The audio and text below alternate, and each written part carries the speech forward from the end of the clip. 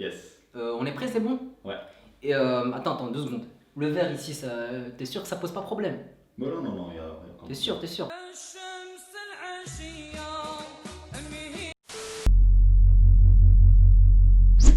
Il faisait partie des 8 premiers compagnons à avoir embrassé l'islam seulement 2 jours après la reconversion de Abu Bakr as-Siddiq radiyallahu anhu. Et il faisait partie des 6 compagnons que Omar ibn al-Khattab radiyallahu anhu avait sélectionnés pour élire le nouveau calife après sa mort. Et il faisait partie des 10 compagnons à qui le prophète alayhi salatu wassalam avait annoncé le paradis, al-Mubashsharun bil Jannah. Et comme les premiers musulmans, il n'a pas échappé non plus aux souffrances et à la torture infligées par les Qurayshites. Pendant cette période, les musulmans de Saken, ils se sont fait hagar par les Qurayshites, tabassés, persécutés, voire même tués. Ils étaient obligés de harab de la Mecque, de se réfugier en Abyssinie, car là-bas, il y avait un roi juste et un homme de droit. Et à son retour d'Abyssinie, il faisait partie de ceux qui ont émigré de la Mecque vers Médine. Et une fois arrivé à Médine, l'une des premières choses que le prophète alayhi salatu wassalam avait fait, et qui était aussi importante que la construction de la première mosquée en islam, c'est qu'il a établi les liens de fraternité entre Al-Muhajirun, les émigrés, et Al-Ansar, les habitants de Médine. Quelle était la sagesse derrière? Eh bien, le prophète alayhi salatu wassalam voulait faire remonter le moral des Muhajirun, les émigrés qui venaient d'arriver et qui étaient un petit peu tristes. C'est normal, Msaken, ils étaient chassés, ils avaient délaissé leurs biens, leur argent, leur famille. Mohem, il voulait leur donner un nouvel espoir. Le prophète alayhi salatu wassalam était un homme visionnaire et stratège. À travers cet acte, il a pu créer une cohésion sociale entre les musulmans et créer une solidarité au sein de la société musulmane. C'est ainsi que fut fondée la première société civile en islam. Mohem, revenons à notre sujet. Savez-vous avec quelle personne ce compagnon est devenu frère?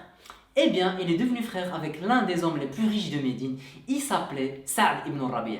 Sa'd ibn Rabi' était un homme fortuné. Il était riche. C'était un mec blindé à Sahbi. Mais il n'a pas hésité un instant à proposer à notre compagnon la moitié de sa fortune. À votre avis, quelle a été la réaction de ce compagnon? Et quelle aurait été votre réaction si vous étiez à sa place? Eh bien, il a refusé. Pourquoi? Eh bien, tout simplement parce que ce compagnon était un homme noble et surtout pas un profiteur. Il a répondu gentiment à Sa'd ibn Rabi' en disant « Barakallahu fika ya Sa'd » qu'Allah bénisse ta richesse, montre-moi juste où se trouve le marché. Et oui, directement il a été voir un sahab pour lui prêter un petit peu d'argent. On parle d'une petite somme de 3 dirhams, avec quoi il a commencé à faire des petits commerces au marché. Et petit à petit, progressivement, ses profits se sont accumulés jusqu'à ce qu'il a pu mettre un petit peu de côté. De quoi il a pu faire quoi? Eh bien, il a été retapé une fille. Il s'est marié. Puis un jour, le prophète alayhi salatu wassalam le voit, il était bien habillé, bien parfumé, il avait une bonne mine, il était un beau gosse. Puis le prophète sallallahu alayhi wa sallam, en voyant ce changement, il lui pose la question, mais qu'est-ce qui s'est passé? Et c'est là que le compagnon, il répond au prophète sallallahu alayhi wa sallam, Ya Rasulallah, je me suis marié. Rappelez-vous que ça faisait seulement quelques jours qu'il venait d'arriver de la Mecque, il n'avait aucun capital, il venait de commencer un nouveau travail, et dans un temps record, il a pu fonder une famille.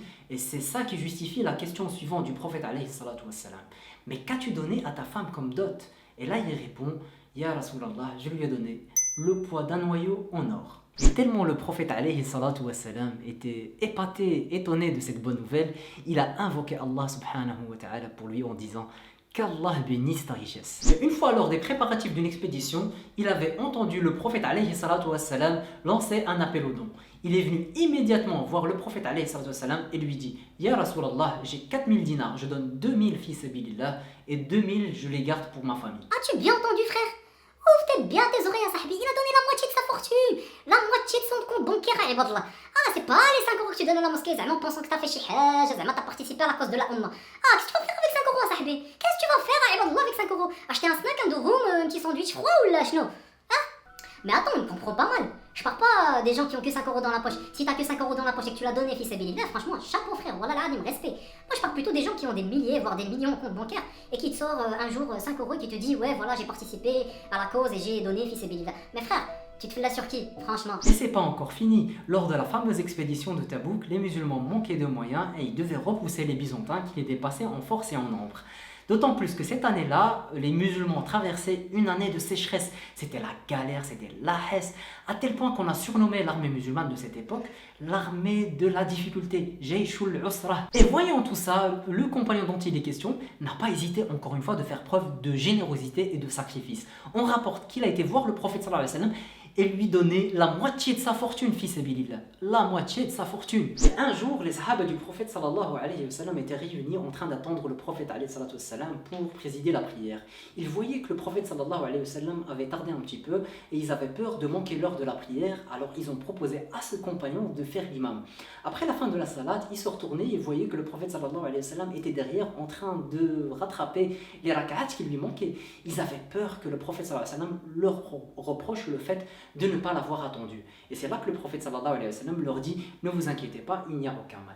De ce fait, on en conclut que ce compagnon et Abu Bakr as-Siddiq radiyallahu anhu étaient les deux seuls compagnons qui avaient le privilège de prier, de présider la prière devant le prophète alayhi wa sallam.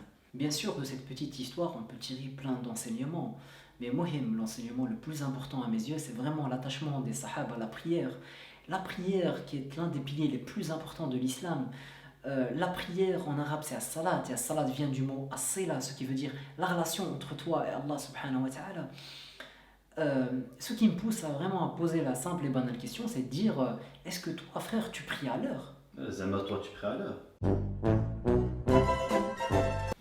Tu cherches quoi sahbi? Pourquoi tu me ta'ayir, Allah ta'ayir quoi sahbi? Toi, khoya, tu enseigne les gens. et Oui. tout. Pour être honnête, bon, sans langue de bois, oui, ça m'arrive de regrouper la prière malheureusement. À cause du travail. Voilà, c'est une Je excuse. sais, tu vas me dire c'est une excuse. Et je suis d'accord avec toi, le travail c'est pas une excuse. Mais bon, ça m'arrive malheureusement, je sais pas comment m'améliorer, comment trouver une solution. Voilà. Je pense qu'il faut travailler ton iman. Un jour, les habitants de Médine ont entendu un bruit venant de loin. Puis d'un coup, ils voyaient un grand nuage de poussière qui se profilait à l'horizon.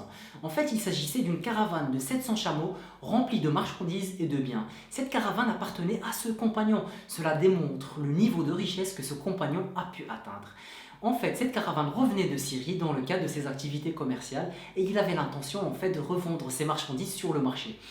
Mais il a décidé autrement. En fait, il a décidé finalement de donner tout le contenu de cette caravane fils sabilillah. Il a donné aux pauvres de Médine ainsi qu'aux pauvres qui habitaient aux alentours de Médine. Encore une fois, il était tellement généreux. Sa générosité a dépassé tous les niveaux que l'on puisse imaginer. Il donnait à tout le monde. Il donnait à des gens à tel point que d'autres gens pensaient que ces gens-là étaient ses associés. Attends, là, j'ai pas bien compris. Qu'est-ce que tu veux dire par là? Ok, bon, je vais t'expliquer. Là, c'est très simple.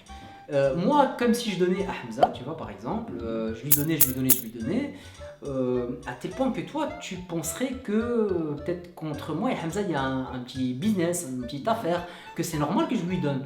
Mais moi, en fait, je lui donne fils sabilillah, hein. Il n'y a aucune affaire, il n'y a aucun business entre nous. Donc voilà. Ces anecdotes nous montrent quel genre d'homme était ce compagnon. Il avait tellement le cœur sur la main qu'il donnait à tout le monde, mais sans vraiment compter. Et malgré qu'il baignait dans les richesses, il n'a jamais pris la grosse tête. Il était resté toujours fidèle à lui-même, aussi généreux et aussi humble. Pas comme certains de nos jours, dès qu'ils se font un peu de thunes, ils changent et les amis changent. L'argent les rend étranges, comme disait le rappeur. Et les amis changent, l'argent les rend étranges. Ce compagnon nous donne l'exemple de l'homme d'affaires musulman réussi. Une fois on lui a posé la question « Mais comment as-tu pu créer cette richesse si rapidement ?» Il a répondu en donnant 3 clés de réussite. La première clé de réussite, c'est qu'il n'a jamais retardé une transaction commerciale. C'est-à-dire qu'il n'a jamais attendu une grande marge bénéficiaire. Dès qu'il a une petite marge et un acheteur, il vend direct. La deuxième clé de réussite, il leur a dit en fait, dès qu'il y a quelqu'un qui vient pour acheter un animal chez lui, il le liquide direct. En fait, en gros, il faisait ce qu'on appelle l'optimisation de stock. Plus vite le stock est écoulé, moins il y a de frais et plus il y a de fonds de roulement. Et la troisième et dernière technique commerciale, c'est qu'il n'a jamais pratiqué l'usure et il a toujours pratiqué un commerce éthique. Mohim, la biographie de ce compagnon est tellement riche de leçons que l'on pourrait écrire des livres et des livres. Ce compagnon a compté sur Allah subhanahu wa ta'ala premièrement, puis sur ses efforts personnels. Il a commencé à partir de zéro, puis il a créé son business et il l'a fait grandir jusqu'à ce qu'il est devenu l'homme le plus riche de son époque. Et c'est ça la vraie notion de tawakkul, et c'est ça cet esprit d'entrepreneurship qu'on voudrait encourager chez les jeunes. Ce compagnon était ce qu'on pourrait appeler aujourd'hui un milliardaire. Le prophète sallallahu alayhi wa sallam dit: le musulman fort est meilleur que le musulman faible, et la main haute est meilleure que la main basse.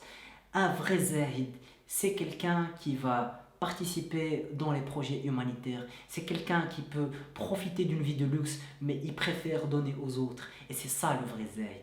Il ne cherchait pas la gloire, il n'était pas en quête de pouvoir, il était l'exemple de la modestie. Et lorsqu'on venait le voir parmi ses ouvriers, on ne faisait même pas la différence entre lui et ses ouvriers, tellement il était habillé comme eux et il mangeait comme eux. Je sais que j'ai fait durer le suspense, et maintenant vient le moment de vérité. Ce grand homme s'appelle Abdurrahman ibn Auf. Et toi aussi, si tu as pu tirer des leçons et des enseignements de sa biographie, n'hésite pas à la partager avec nous en commentaire.